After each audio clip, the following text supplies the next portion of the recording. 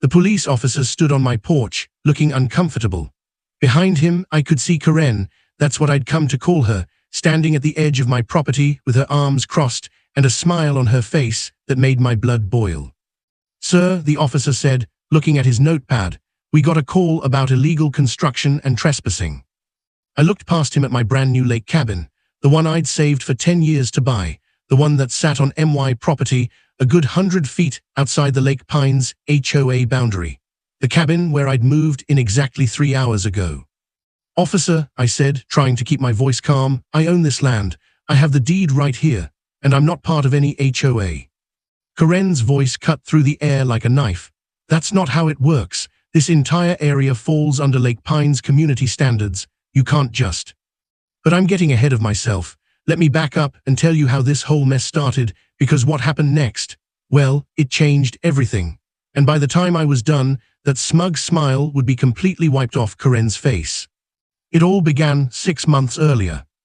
I'd been renting a tiny apartment in the city for years, working my fingers to the bone as a construction foreman. Every paycheck, I put money aside. Every bonus, every bit of overtime, it all went into my dream fund. I wanted one thing, a quiet place by the water where I could fish, relax, and finally breathe. My name's Tom, by the way. I'm 35, single, and I've never been the type to cause trouble. I follow rules, I pay my taxes, I mind my own business. That's important to remember for what comes next. One day I was scrolling through property listings when I saw it. A beautiful piece of land right next to Pine Lake, 2 acres of pure heaven, with tall trees, a gentle slope down to the water, and the best part, the price was actually something I could afford. I called the real estate agent immediately. Her name was Susan, and she was eager to help. "This property is perfect," she told me on the phone. "It's just outside the Lake Pines HOA, so you won't have any of those monthly fees or restrictions. You can build whatever you want within county regulations." "Wait," I said, my heart jumping. "No HOA, are you sure?" "Positive," Susan said. "The HOA boundary stops right at the property line. I have all the surveys and documents. This land has been sitting here for years because it's a weird little pocket that didn't get included when they formed the HOA back in the 1990s. I couldn't believe my luck. I'd heard horror stories about HOAs from friends. Paint your house the wrong color? Fine. Plant the wrong flowers? Fine. Park your truck in your own driveway? Believe it or not, fine. No, HOA meant freedom. It meant I could build my dream cabin exactly the way I wanted it. I met Susan the next day to walk the property. It was even better in person. The land sat on a quiet dirt road called Lakeshore Drive. On one side of the road was the Lake Pines HOA community, about 30 fancy houses with perfect lawns and identical mailboxes. On my side of the road, there was just forest and my soon-to-be property. "So this road," I asked Susan, pointing at the gravel and dirt path we'd driven in on, "who maintains it?" Susan pulled out a folder thick with papers. "That's actually interesting. Lakeshore Drive is a private road. It was built in 1985 by a developer named Harold Pine. When he created the Lake Pines HOA, he gave them an easement to use the road, but he kept the actual ownership." "Okay," I said slowly, not really understanding why that mattered. "Harold died in 2003, Susan continued. The road ownership went to his estate, and then it got sold off separately from everything else. It's changed hands a few times. Currently, it's owned by a holding company that doesn't really care about it as long as the property taxes get paid."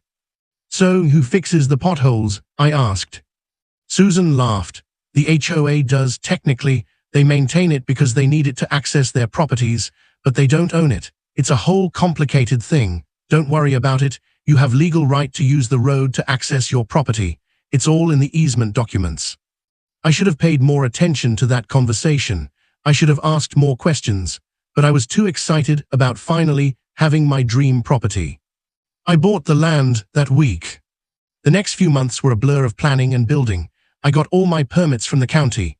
I hired a crew, guys I'd worked with for years who owed me favors. We worked weekends and evenings. Slowly, my cabin took shape. It wasn't fancy, just a simple 2-bedroom cabin with a big porch facing the lake. I used natural wood siding, left it unstained because I liked the raw look. I put in big windows so I could watch the sunrise over the water.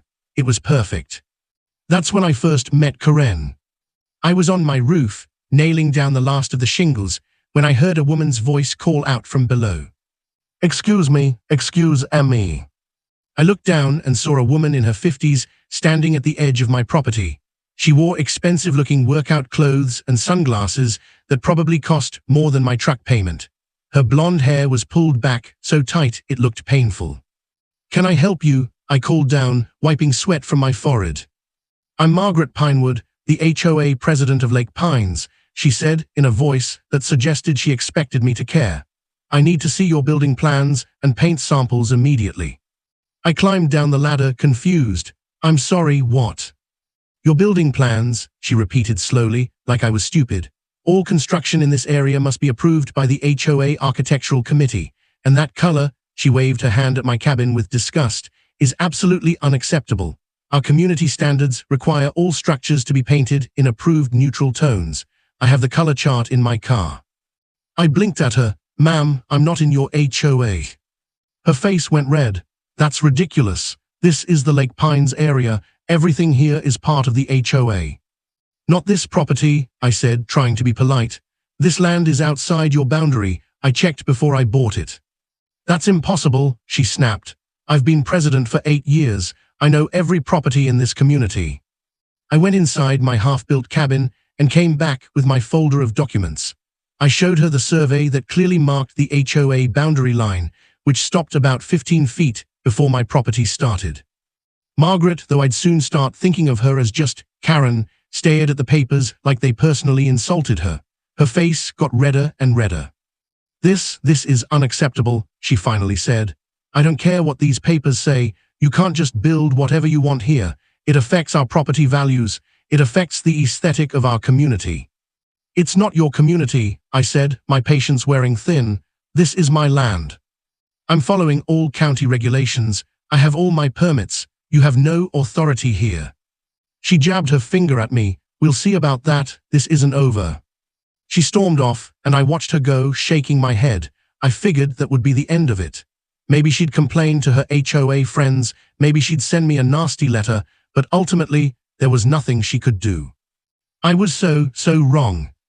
2 weeks later, I got my first visit from the county inspector. He showed up unannounced, saying he'd received a complaint about unpermitted construction. I showed him all my permits. He looked them over, checked my work, and nodded. Everything looks fine here, he said. Somebody's wasting my time. The next week, another inspector came. Different department, same complaint. Again, everything was fine. Then came the environmental inspector, concerned about potential wetland violations. My property was nowhere near a wetland. Then a fire marshal, worried about fire hazards. Then someone from the health department about my septic system, which hadn't even been installed yet. Every single inspection I passed, every single inspector seemed annoyed that they'd been called out for nothing. And every single time, when I asked who filed the complaint, they couldn't tell me. But I knew it was Karen. I tried to ignore it. I kept building. My cabin was almost done, just a few more weeks and I could move in. That's when she escalated. I arrived at my property one Saturday morning to find orange stickers plastered all over my cabin. Stop work order, they screamed in big letters. There was a notice saying that construction must cease immediately due to multiple code violations pending investigation. I called the county office, furious. The person on the phone sounded confused. Sir, we have no stop work order on file for your address, she said. Those stickers aren't official. Someone's playing a prank on you. I ripped down the fake stickers, my hands shaking with anger. This was beyond annoying now. This was harassment. I drove over to Karen's house in the HOA community. It was easy to find. It was the biggest one, with a Mercedes in the driveway and a lawn so perfect it looked fake. I knocked on her door. She answered with that same tight smile. Can I help you? She asked sweetly. Stop, I said flatly. Stop sending fake inspectors. Stop putting fake stickers on my property. Stop harassing me. I'm not in your HOA. Leave me alone. Her smile didn't budge. I have no idea what you're talking about, but since you're here, I should tell you that the HOA board voted unanimously to send you a letter informing you that your unapproved structure is in violation of our community standards. We're demanding you paint it an approved color and submit to monthly inspections. You have no authority over me, I said through gritted teeth. We'll see, she said. You're using our road. You need HOA approval. One way or another, you'll learn to respect this community's rules. She closed the door in my face. I stood there on her perfect porch, my fists clenched, realizing something important. This woman wasn't going to stop. She couldn't stand the idea that there was something in her area that she couldn't control. But here's the thing she didn't know about me.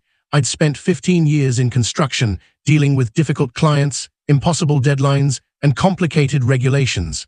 I knew how to read contracts, I knew how to research property law, and most importantly, I knew how to be stubborn. If Karen wanted a war, I'd give her one. I finished my cabin. It was beautiful. The day I officially moved in, getting my certificate of occupancy from the county, was one of the happiest days of my life.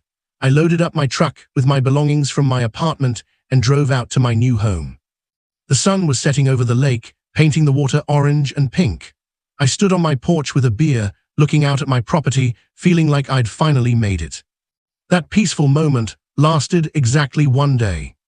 The next morning, I woke up to find a massive wooden barrier blocking Lakeshore Drive, right before the turnoff to my property. Someone had literally built a wall across the road overnight. There was a sign on it, "Private Road, Lake Pines, HOA members only, no trespassing." I stared at it in disbelief. They'd blocked the only road access to my property. I called the police. When the officer arrived, I explained the situation. He looked at the barrier, looked at the sign, and scratched his head. "This is a civil matter, sir," he said. "You'll need to work it out with the HOA or take them to court. I can't do anything about a dispute over a private road." I was trapped. I couldn't get my truck out. I couldn't get supplies in. I was effectively blocked from accessing my own property by road. I hiked through the woods to Karen's house and pounded on her door. When she answered, she had that smile again. "Good morning, Tom," she said cheerfully. "Beautiful day, isn't it?" "You blocked the road," I said, barely containing my rage. "Oh, that," she laughed. "Well, the HOA board decided that since Lakeshore Drive serves our community, we need to control access. It's for security purposes, you understand." "That's illegal. I have an easement." "Do you?" she asked, tilting her head. "I'd love to see the paperwork on that. In the meantime, I suggest you find another way to access your cabin." She said the word cabin like it tasted bad. "There is no other way." "Not my problem," she said, and closed the door. I stood there shaking with anger, but then something occurred to me, something Susan had mentioned when I bought the property, something about the road ownership. I went home and pulled out all my property documents. I started making phone calls. I started doing research, and that's when I discovered something that would change everything. That's when I found out who really owned Lakeshore Drive. And when Karen found out what I'd discovered, she made her biggest mistake yet. She called the cops on me. 3 days after the barrier went up, I'd done my homework. I'd made calls to the county clerk's office, the property records department, and even tracked down a lawyer who specialized in property easements. What I learned made me smile for the first time in weeks. I was standing on my porch, reviewing my notes, when I saw Karen marching down the road toward my property with 2 police officers behind her. And that's where this story really began, with that police officer standing on my porch, looking uncomfortable, while Karen stood at the edge of my property with her arms crossed and that smug smile on her face. "Sir," the officer said, "we got a call about illegal construction and trespassing." I took a deep breath. It was time to show my cards. "Officer," I said calmly, "before we go any further, I need to tell you something important, something that's going to make Ms. Pinewood very, very unhappy." Karen's smile faltered just a little. I pulled out a folder from inside my cabin and handed the officer a specific document. "This," I said, "is the current deed for Lakeshore Drive, the private road that the HOA has been using for decades." The officer looked at it, confused. "I don't understand, sir." 3 days ago," I explained, "I purchased Lakeshore Drive from the holding company that owned it. As of 72 hours ago, I am the legal owner of the entire road." Karen's face went white. That's impossible." "It's public record," I said. "The holding company was happy to sell. They were tired of paying property taxes on a road they weren't using. I made them a very fair offer. The deed was recorded at the county office yesterday. The police officer looked between me and Karen, clearly realizing this was way above his pay grade. So you see, officer, I continued, looking directly at Karen, when Ms. Pinewood put up that barrier blocking MY Road, she was actually the one trespassing. She built a structure on MY property without MY permission. Karen's mouth opened and closed like a fish. You can't. The HOA has an easement. We have rights to that road. I smiled. It wasn't a nice smile. Actually, I said, I've reviewed the original easement agreement very carefully. It turns out there's a clause in there. A very specific clause. Would you like to know what it says? Karen's face had gone from white to red in about 2 seconds. The police officer looked uncomfortable, like he wanted to be anywhere but here. His partner was checking his phone, probably hopping for a different call to come in. The clause, Karen's voice cracked a little. What clause? I pulled out another paper from my folder. I'd highlighted the important part in yellow. The easement agreement from 1995 states that the Lake Pines HOA has the right to use Lakeshore Drive for access purposes. But, and this is the fun part, it also states that the easement can be terminated by the road owner if the HOA interferes with the owner's use of the road or builds any structure that blocks access to non-HOA properties. I let that sink in for a moment. You built a barrier, I continued. A barrier that specifically blocks my access. According to this document, that gives me the legal right to terminate your easement completely. No, Karen shouted. You can't do that. How would we get to our homes? That's the only road in. I shrugged. Not my problem. Those were your words to me, remember, 3 days ago, standing on your porch. The police officer held up his hands.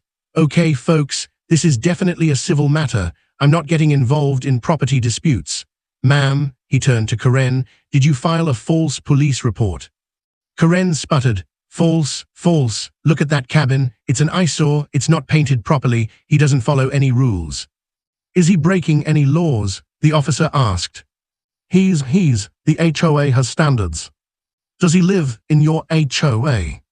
Karen's mouth snapped shut. The officer sighed. Sir, he said to me, are you the legal owner of this property? Yes, officer. I have the deed, all permits, and the certificate of occupancy. And the road. Just purchased it, all legal and recorded. The officer nodded.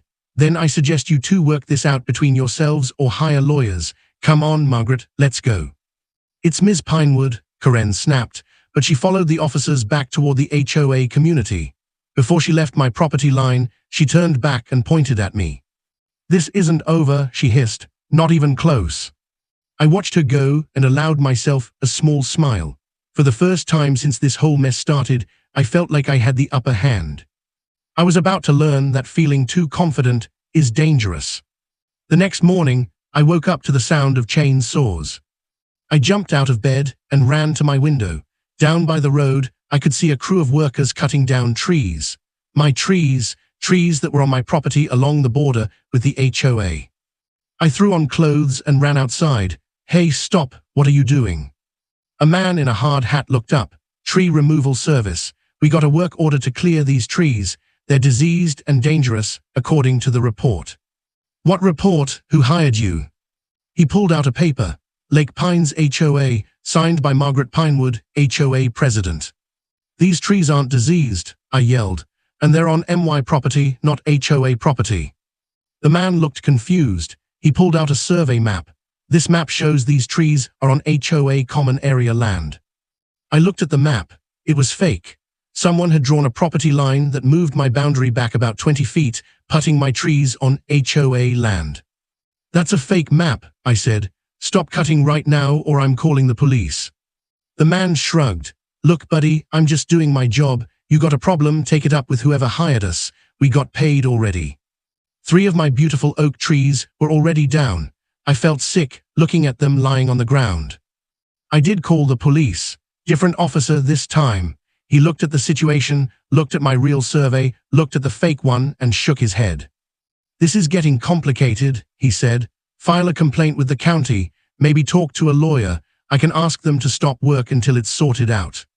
The tree guys packed up, looking annoyed. But the damage was done. 3 trees gone, trees that had been there for probably 50 years. I marched over to Karen's house again. This time, I didn't knock politely, I pounded on the door. She answered with that same smile. How did she always have that smile? You cut down my trees, I said. I have no idea what you're talking about, she said sweetly.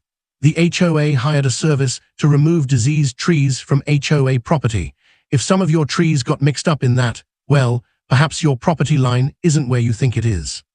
You gave them a fake survey map. Did I prove it? I will, I said, and when I do, you're going to pay for those trees. Do you know how much a mature oak tree is worth? Her smile got wider. Do you know how much lawyers cost, Tom? Because I have the HOA budget to pay for lawyers. The HOA has money, lots of money. How much do you have?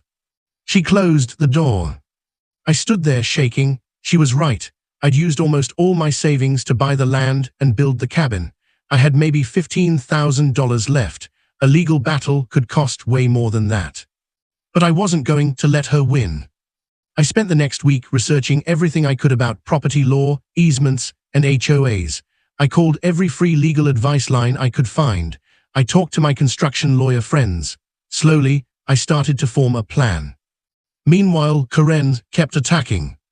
She filed a complaint with the county saying my septic system was contaminating the lake.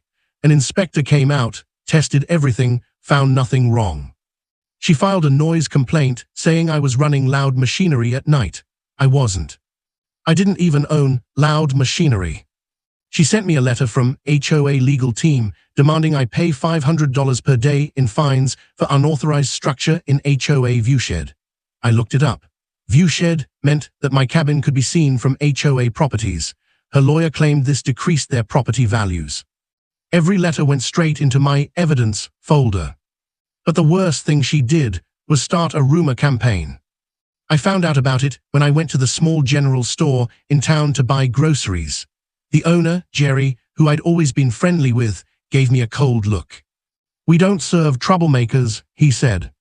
Excuse me, I was confused. Heard all about you, Jerry said. Building illegal structures, harassing your neighbors, threatening old ladies. We don't need that kind of person around here. Jerry, that's not true. None of that is true. Margaret Pinewood is a respected member of this community, Jerry said. Been coming to my store for 15 years. I believe her over some outsider who just showed up. I left without my groceries. Over the next few days, I found out Karen had been busy. She'd gone to every business in town, every neighbor, telling them her version of the story. In her version, I was an aggressive bully trying to destroy a peaceful community. She was the victim, bravely standing up to protect everyone's property values. Some people believed her, some didn't, but the damage was done. Suddenly I was that guy, the troublemaker, the outsider causing problems. I felt alone, really alone. I'd left my friends in the city. I'd moved out here for peace and quiet.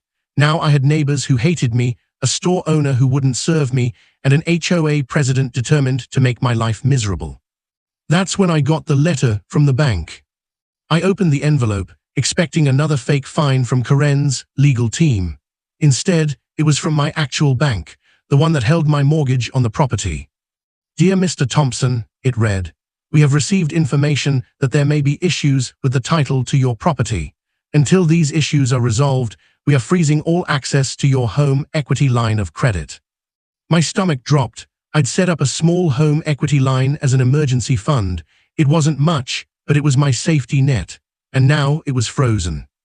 I called the bank immediately. The person on the phone was apologetic but firm. Someone filed a claim saying there's a boundary dispute on your property, she explained. Until that's resolved, we can't allow you to borrow against a property with a clouded title. Who filed the claim? I asked, but I already knew. A Margaret Pinewood, representing the Lake Pines HOA.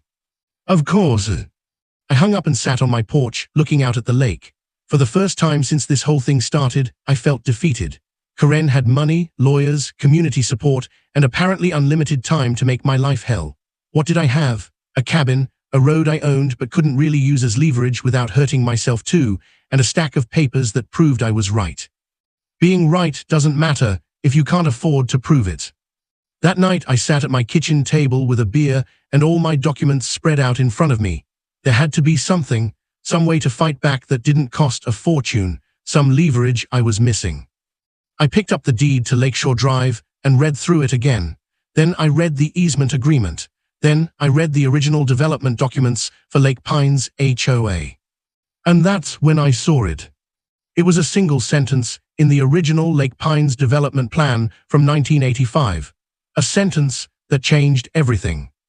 My hands started shaking as I realized what this meant. I grabbed my laptop and started searching county records, cross-referencing documents, checking and double-checking. 2 hours later, I was sure. I had found Karen's worst nightmare. The next morning, I printed out everything I needed and put it in a folder. Then I walked over to the HOA Community Center. I knew the HOA board had their monthly meeting today. I'd seen it posted on their little community bulletin board. I walked right into the meeting room. There were about 12 people sitting around a conference table. Karen was at the head, mid-sentence, talking about maintaining community standards. She stopped when she saw me. "You can't be here," she said. "This is a private HOA meeting." "Actually," I said, pulling out a chair and sitting down, "I have every right to be here, because I'm about to become a member of your HOA." Everyone stared at me. Karen's face went pale. "That's impossible," she whispered. I opened my folder and pulled out a document. This is the original plat map for Lake Pines, filed in 1985. Notice anything interesting about the roads. I spread it on the table. People leaned in to look. According to this original development plan, I continued, Lakeshore Drive wasn't just an access road. It was designated as a common area road for the Lake Pines development. The plan specifically states that Lakeshore Drive, and I quote, shall be maintained as a common area for use by all property owners within the Lake Pines development or any properties with direct access to said road. Karen was shaking her head. That doesn't mean anything. Your property isn't part of the development. Ah, but here's the thing, I smiled. The legal description of the Lake Pines development doesn't use the HOA boundary. It uses a different boundary, the original development boundary. And according to this, I pulled out another document. The original development boundary was defined as all properties with direct access to and use of Lakeshore Drive. I let that sink in. My property has direct access to Lakeshore Drive. Therefore, my property was legally part of the original Lake Pines development, which means, I paused for effect, when the HOA was formed in 1995, my property should have been included. But it wasn't, Karen shouted. It's not part of the HOA. You're right, I said. It wasn't included, but it should have been, which means for the past 30 years, the HOA has been improperly formed. Your boundary is wrong. Your membership is incomplete. And according to HOA law in this state, I have the right to petition to be added to the HOA based on the original development plan. An older man at the table, who I later learned was named Frank, spoke up. Wait, why would you want to join the HOA? You've been fighting to stay out. Good question, I said. Here's the thing. If I become a member, I get to vote on HOA matters. I get a say in how things are run. And since I now own Lakeshore Drive, and that road is supposed to be an HOA common area according to the original plan, I can petition to have the road transferred to the HOA as a common area asset. Karen's face went from pale to red. You want to give us the road. Oh, not give, I said. Sell, for a very reasonable price, $1, in exchange for immediate membership in the HOA, voting rights, and the removal of all fines, complaints, and harassment. Oh, and you pay to replace my 3 oak trees with mature oak trees of equivalent size. Those cost about $15,000 each, by the way.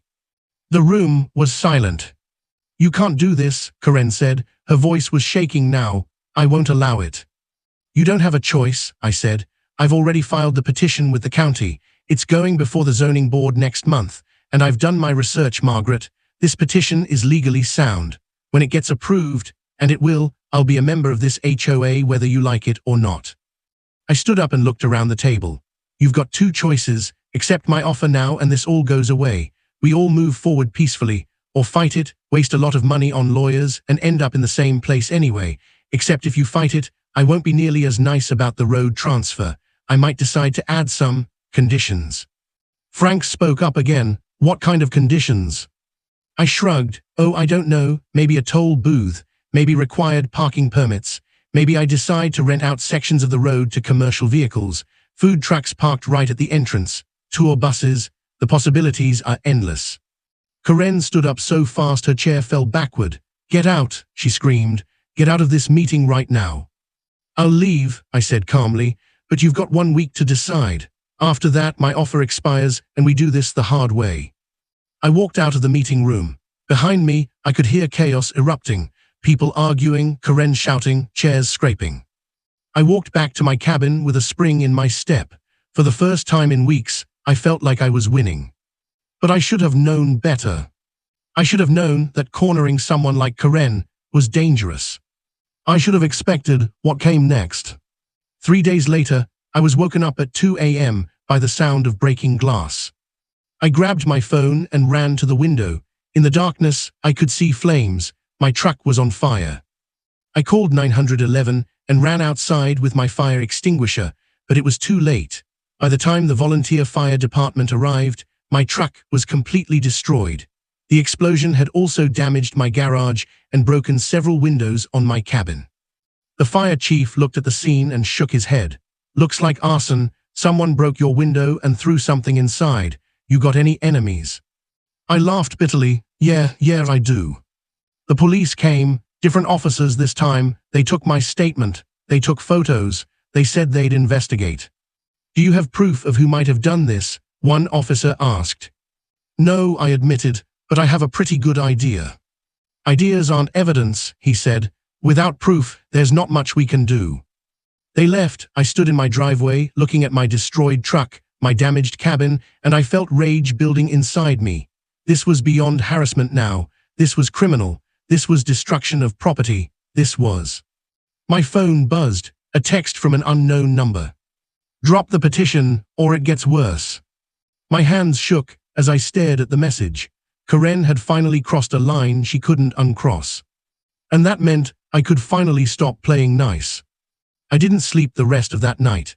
I sat on my porch with every light in the cabin on, watching the smoking remains of my truck, waiting to see if whoever did this would come back.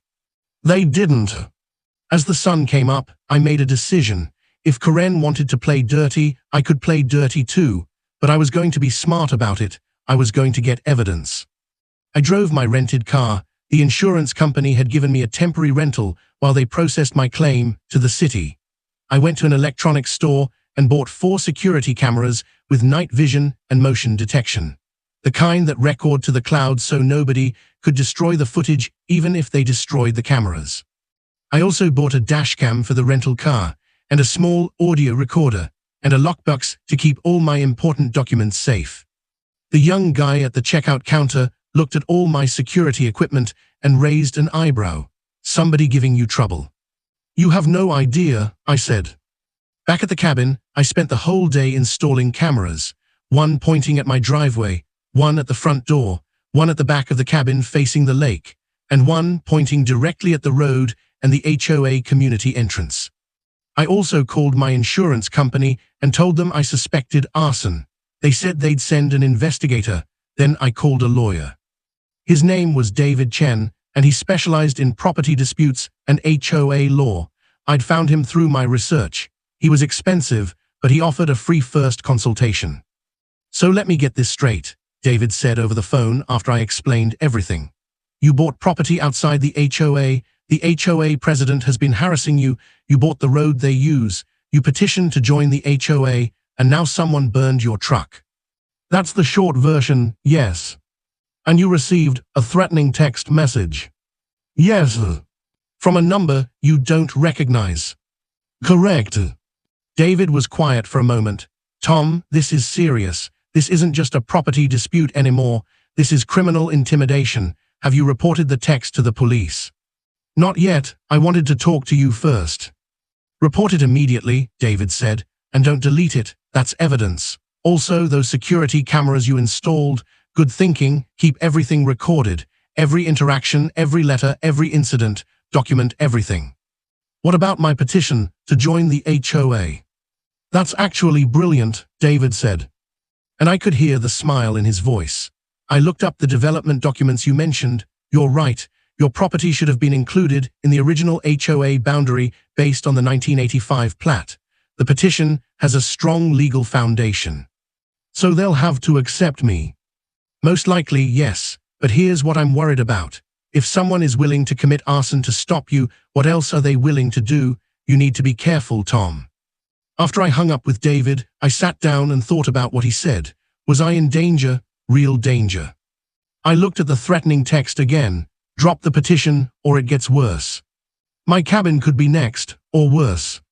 But I couldn't back down now. If I did, Karen would know she could threaten and intimidate anyone who didn't follow her rules. She'd know she was untouchable. No, I was seeing this through. The next morning, I got a call from Frank, the older man from the HOA board meeting. Tom, it's Frank Harrison, from the Lake Pines board. Can we talk? Sure, I said cautiously. Not over the phone, Frank said. Can you meet me at the diner in town, the one on Main Street? Jerry's place. The owner hates me because of Karen's rumors. Frank sighed. Meet me in the parking lot then, 20 minutes. 20 minutes later, I pulled into the diner parking lot. Frank was waiting in his car, an old Buick. He waved me over and I got in his passenger seat. Frank looked tired. He was probably in his 70s, with white hair and kind eyes. Thanks for meeting me, he said. What's this about? I heard about your truck, Frank said. I'm sorry, that's not right. That's not what this community is supposed to be about. Did Karen do it? I asked directly. Frank hesitated. I don't know, I honestly don't, but I know she's been talking about you constantly, obsessing over you. She's convinced you're trying to destroy the community. I just want to live in my cabin in peace, I said. I believe you, Frank said, and so do a few other board members. That's why I'm here. We took a vote yesterday, a secret vote without Margaret present. My heart started beating faster, and 4 of us voted to accept your offer, 2 voted to reject it. Margaret doesn't know about the vote yet. It's not official since she wasn't there, but I wanted you to know that not everyone is against you. I felt a wave of relief wash over me. Thank you, Frank. You have no idea how much that means. There's something else, Frank said, looking uncomfortable. Margaret has been using HOA funds for things she shouldn't, hiring those tree removal people. That cost $8,000. The HOA never voted on it. She just did it. Same with the lawyers she keeps threatening to hire. She's spending money without board approval. Isn't that illegal? At minimum, it's a violation of our HOA bylaws, Frank said. Some of us are talking about removing her as president, but she has supporters, people who believe her version of events. It's splitting the community. I never wanted that, I said. I know, Frank said, but it's happening anyway. Look, I'll do what I can to push your petition through at the official level, but be careful. Margaret she's not thinking straight. She sees this as a war, and people do crazy things in wars. After Frank left, I sat in my car, processing what he'd said. Karen was losing control of her own HOA. She was spending their money without permission. She was obsessed. Which made her more dangerous, not less. For the next few days, things were quiet, too quiet. I kept expecting something else to happen, but nothing did. My security cameras showed nothing unusual, no more threatening texts, no more incidents. Then on Thursday, I got an email from the county zoning board. My petition hearing was scheduled for next Tuesday at 2 p.m. It was happening, really happening. I called David Chen and told him. I'll be there, he said, and Tom, bring every piece of documentation you have. Every survey, every deed, every original development document. We need to make this airtight. That weekend, I prepared. I organized all my documents into folders. I made copies of everything. I even created a presentation on my laptop showing the timeline of events, the property boundaries, and the legal basis for my petition. Monday night, I barely slept. This was it. Tomorrow, I'd either become a member of the Lake Pines HOA with all the protections that offered, or I'd lose and be back to square one. Tuesday morning, I got dressed in my best clothes, khakis, and a button-down shirt. I loaded all my documents into my car. I checked my cameras one last time. That's when I saw it. On the camera footage from overnight, at 3:47 a.m., a figure in dark clothes had approached my cabin. They'd walked around the perimeter, looking in windows. Then they'd gone to my car and appeared to do something near the wheels before leaving. My blood ran cold. I went outside and checked my rental car. The brake lines had been cut. If I hadn't checked the cameras, if I'd just gotten in the car and driven to the hearing, I could have crashed. I could have died. I called the police immediately, then I called David. Don't drive that car, David said. Call a tow truck. Get it checked by a mechanic who can document the damage. This is attempted murder, Tom. This is way beyond harassment. The police came, same officers who'd responded to the truck fire. They looked at the camera footage, looked at the brake lines, and this time they seemed to take it seriously.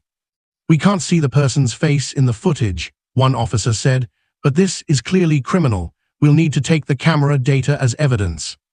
I have it backed up in the cloud, I said. Take whatever you need. What about the hearing? I asked David after the police left.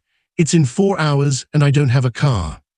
I'll pick you up, David said. Be ready in 30 minutes. We're not letting this stop us. The county zoning board meeting room was small and boring. Brown walls, fluorescent lights, a long table where 5 board members sat. There were maybe 15 people in the audience, mostly Lake Pines HOA residents. Karen sat in the front row, flanked by 2 men in suits, who I assumed were her lawyers.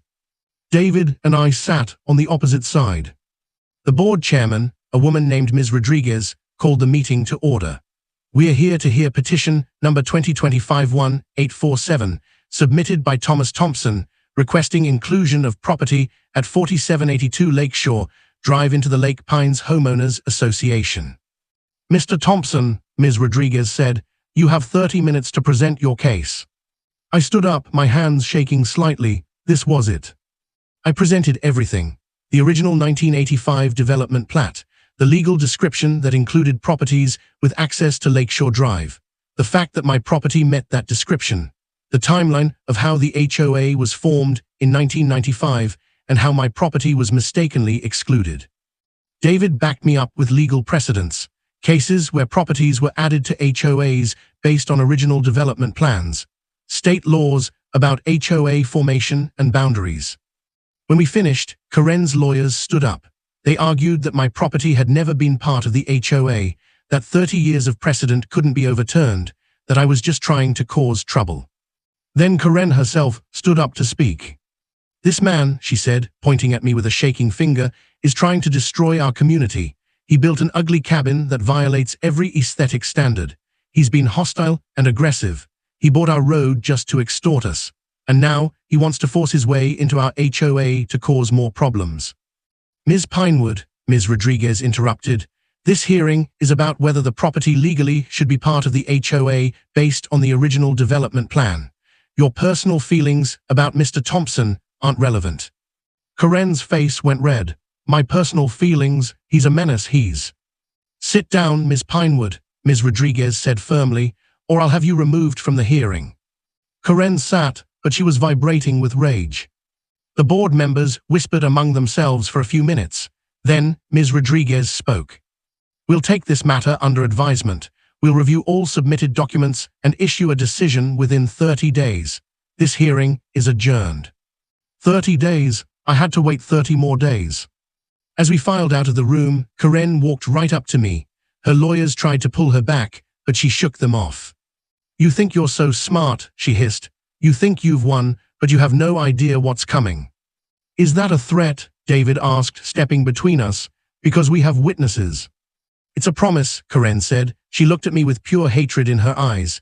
You should have just followed the rules. You should have just painted your stupid cabin and paid the fines. But no, you had to fight. You had to make this difficult.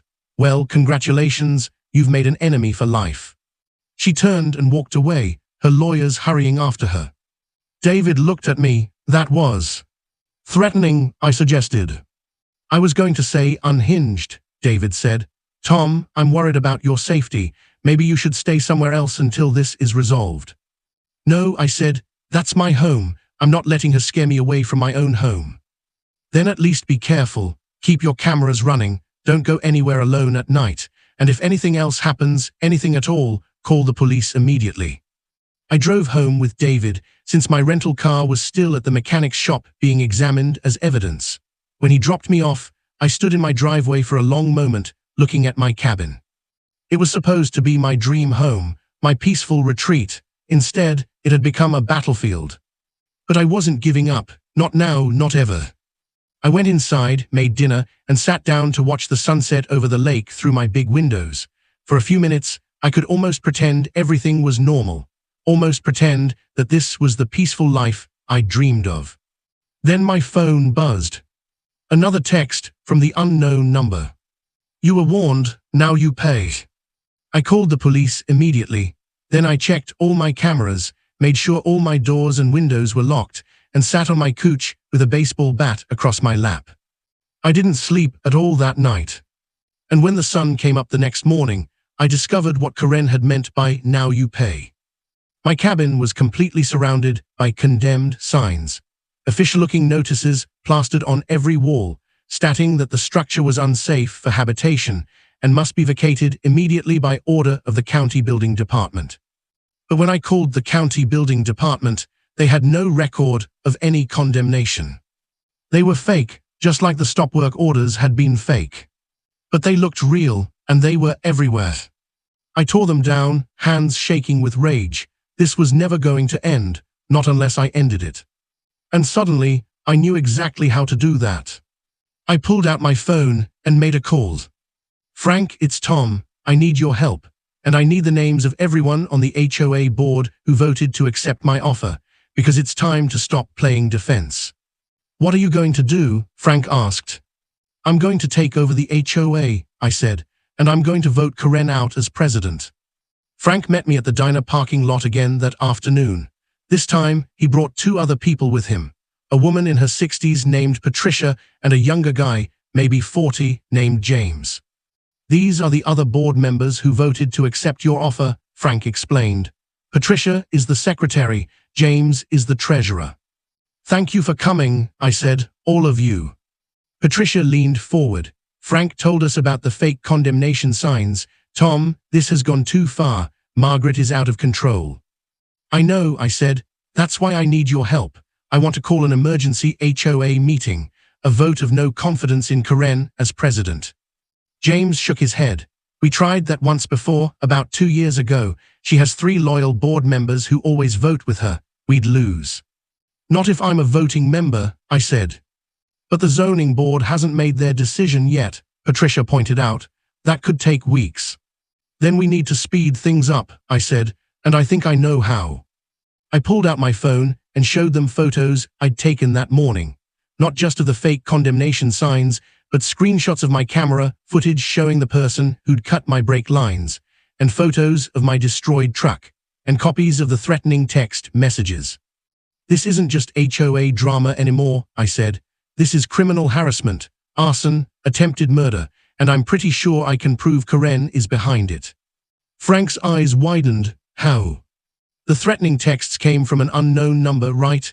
But I did some digging. I have a friend who works in tech. He helped me trace the number. Want to guess what he found? They waited. It's a burner phone, I said. Bought at a gas station convenience store 3 weeks ago. I got the security footage from the store. Want to guess who bought it? Margaret, Patricia breathed. Not quite, I said. Her son, Marcus Pinewood. He's 24, lives with Karen, and he's on the security footage buying a prepaid phone with cash the same day I received the first threatening text. James whistled. That's evidence. It gets better, I said. I also checked the footage from my cameras more carefully. The person who cut my brake lines, they were wearing a Lake Pines HOA jacket. I can see the logo, and they walked back toward Karen's house after they were done. This could send them to jail, Frank said quietly. It should, I said, but here's what I'm thinking. I don't just want Karen in jail. I want her out of power. I want to make sure she can never do this to anyone else again, so here's my plan. I laid it out for them. It was risky, it required perfect timing, but if it worked, it would solve everything. When I finished, Patricia smiled. It was the first real smile I'd seen from anyone in the HOA. I like it, she said. I like it a lot. The next morning, I went to the police station with all my evidence. The detective who'd been assigned to my case, Detective Sarah Mills, sat across from me as I spread everything out on her desk. The camera footage, the phone records, the security footage from the gas station, the text messages, photos of the damage to my truck and my rental car, everything. Detective Mills studied each piece carefully. When she finished, she looked up at me. This is good work, Mr. Thompson, really good. But I have to be honest with you, proving Margaret Pinewood directly ordered these acts is going to be difficult. Her son bought the phone, but we can't prove she told him to. The person on camera is wearing an HOA jacket, but we can't see their face. What about the texts? I asked. Circumstantial, she said. A good lawyer could argue anyone could have sent them. Unless we can catch them in the act or get a confession, a prosecutor might not take this case. My heart sank, so she gets away with it. I didn't say that, Detective Mills said with a slight smile. I said a prosecutor might not take it, but there are other ways to apply pressure. Give me a few days, let me do some investigating. Sometimes the threat of charges is enough to make people do stupid things. I left the police station feeling frustrated, but not defeated. If the law couldn't help me right now, I'd have to rely on my other plan. That afternoon, I got a call from an unknown number. For a second, I thought it might be another threat, but when I answered, it was Ms. Rodriguez from the zoning board. Mr. Thompson, I'm calling to inform you that the board has reached a decision on your petition. My heart started pounding. Already, you said it would take 30 days. We did, Ms. Rodriguez said, but your case was actually quite straightforward legally. The original development documents are clear. After reviewing everything, we've voted unanimously to approve your petition. Effective immediately, your property at 4782 Lakeshore Drive is officially part of the Lake Pines Homeowners Association. I almost dropped the phone immediately. Yes, you'll receive the official paperwork in the mail, but I wanted to call you personally. You're now a full member of the HOA with all rights and responsibilities. Congratulations, Mr. Thompson. After I hung up, I just sat there for a moment, stunned. It had worked. I was in. I called Frank immediately. It's time, I said. Call the emergency meeting. I'm officially a member now. The emergency HOA board meeting was scheduled for Saturday at 10 a.m. in the Lake Pines Community Center. According to HOA bylaws, any 3 board members could call an emergency meeting with 48 hours notice. Frank, Patricia, and James called it. Karen couldn't stop it. I spent Friday night preparing. I printed out copies of all my evidence. I prepared a speech. I made sure I had everything I needed. Saturday morning, I got to the community center early. The room was packed. It seemed like every single resident of Lake Pines was there. Word had spread that something big was happening. Karen sat at the head table, flanked by her 3 loyal board members. She looked calm, but I could see tension in her jaw. She knew something was coming, but didn't know what. Frank, Patricia, and James sat at the opposite end of the table. They'd saved a seat for me. When I walked in and sat down at the board table, Karen's face went white. What is he doing here? She demanded. He's not a board member. Frank pulled out a paper. As of Wednesday, Tom Thompson is an official member of the Lake Pines HOA. The county zoning board approved his petition, which means he has the right to attend any and all HOA meetings. That's impossible, Karen stood up. The petition was supposed to take 30 days. The board moved faster, I said calmly. Funny how things work out. Karen's 3 supporters looked confused. They clearly hadn't known about any of this. Frank stood up. I'm calling this emergency meeting to order. We are here to address serious concerns about the conduct of our HOA president, Margaret Pinewood, and to vote on a motion of no confidence. The room erupted in whispers. Karen slammed her hand on the table. You can't do this. This is a witch hunt. You're out of order, Margaret, Patricia said quietly. Please sit down. I will not sit down. I've been president of this HOA for 8 years. I've protected our property values. I've maintained our standards. And you want to remove me because I tried to enforce the rules on some outsider who you harassed, Frank interrupted, who you sent fake inspectors to, who you had trees cut down on his property with a fake survey, who had his truck burned, who had his brake lines cut. The room went dead silent. Karen's face cycled through several emotions: shock, anger, fear, and finally, defiance. That's slander. I have evidence, I said quietly. I stood up and pulled out my folder. I have camera footage. I have phone records. I have receipts for HOA expenditures that were never approved by the board. I have documentation of every single thing you've done over the past 3 months. I started handing out copies to the board members and to people in the audience. The tree removal cost $8,000 of HOA funds, I said. Did anyone here vote to approve that expense? The board members shook their heads. The fake stop work orders, the fake condemnation signs, the constant false reports to county inspectors wasting their time and taxpayer money. The harassment campaign, telling local businesses lies about me to turn the community against me. I looked directly at Karen, and then there's the truck fire and the cut brake lines, attempted murder. Margaret, the police are investigating. Karen's face was bright red now. You can't prove any of that was me, you're just trying to. Your son Marcus bought a burner phone 3 weeks ago, I said. That phone was used to send me threatening text messages. I have the security footage of him buying it. I have the text messages. The police have all of this information. For the first time, Karen looked genuinely scared. One of her supporters, a man named Bill, spoke up. Margaret, is this true? Did you know about any of this? I don't. Marcus wouldn't, Karen stammered. Your son lives with you, Patricia said. Are you saying you had no knowledge that he was threatening Tom, that he was sabotaging Tom's vehicles? Karen sat down heavily, her hands were shaking. Frank stood up again. I move for a vote of no confidence in Margaret Pinewood as HOA president, effective immediately. All in favor. Frank, Patricia, James, and I raised our hands. All opposed. Karen's 3 supporters looked at each other. Bill slowly raised his hand, but the other 2 didn't. Motion carries 4-1, Frank said. Margaret, you're removed as president. Please turn over all HOA documents, keys, and financial records to Patricia by end of business today. Karen stood up, her chair scraping loudly.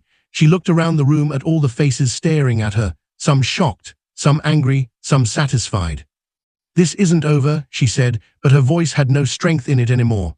I'll sue, I'll fight this, You'll do nothing, Detective Mills said from the back of the room. Everyone turned. I hadn't even noticed her come in. Detective Mills walked down the aisle. Margaret Pinewood, I need you to come with me. We have some questions about the damage to Mr. Thompson's vehicles. Your son Marcus is already at the station. He's been very talkative. Karen's face went completely white. Marcus, what did he? You can't. I want my lawyer. That's your right, Detective Mills said, but you're going to need to come answer some questions. Now. As Detective Mills led Karen out of the community center, the room exploded in conversation. People were talking over each other, some defending Karen, some condemning her, everyone shocked. Frank banged a gavel on the table. Order, we still have business to conduct. First, we need to elect a new president. James stood up. I nominate Frank Harrison for president. I second, Patricia said. Frank was elected unanimously. Then Frank turned to me. Tom, you mentioned when you first petitioned to join the HOA that you wanted to transfer ownership of Lakeshore Drive to the HOA. Is that offer still on the table? I stood up. Yes, for $1, plus the HOA replacing the 3 oak trees that were cut down on my property, plus a formal written apology from the board for the harassment I endured. I'll transfer the road to the HOA as a common area asset. I move we accept, Patricia said. Seconded, James said. It passed unanimously. 3 months later, I stood on my porch watching the sunset over the lake. The new oak trees had been planted last week. They were beautiful, tall, and healthy. It would take years for them to reach the size of the ones Karen had destroyed, but they were a start. My new truck, the insurance company had finally paid out, sat in my driveway. The windows on my cabin had been repaired.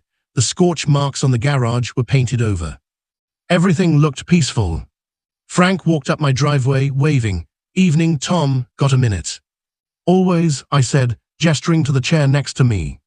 Frank sat down with a satisfied sigh. Just wanted to update you on everything. The road transfer is complete. Lakeshore Drive is now officially an HOA common area. We're getting it repaved next month. That's great, I said. Also heard from Patricia. Margaret took a plea deal, pleaded guilty to harassment and vandalism charges.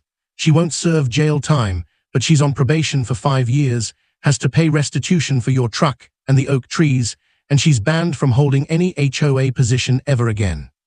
And Marcus. He got a deal too. Testifying against his mother helped. Community service, probation, and mandatory counseling. Turns out Margaret had been pushing him pretty hard. Kid's actually not a bad guy when he's away from her influence. I nodded, and the HOA. Frank smiled. Doing better, we rewrote a bunch of the bylaws, made them less restrictive, gave people more freedom with their property as long as they're not doing anything crazy, and we voted to allow natural wood siding on houses now, by the way, inspired by a certain cabin. I laughed. Thanks, Frank. No, thank you, Frank said seriously. You could have just sued us, could have made our lives miserable with that road ownership. Instead, you joined the community and helped fix it from the inside. That takes character. After Frank left, I sat alone on my porch as darkness fell over the lake. Fireflies blinked in the trees. Somewhere, a loon called out across the water. This was what I'd wanted all along: peace, quiet, a place to call home. It had taken a war to get it, a war I never wanted, but I'd won, not by destroying my enemies, but by standing my ground, documenting everything, and using the system the right way. Karen had called the cops on me thinking she could intimidate me into submission. Instead, she'd started a chain of events that led to me taking over the very road she'd tried to use as a weapon.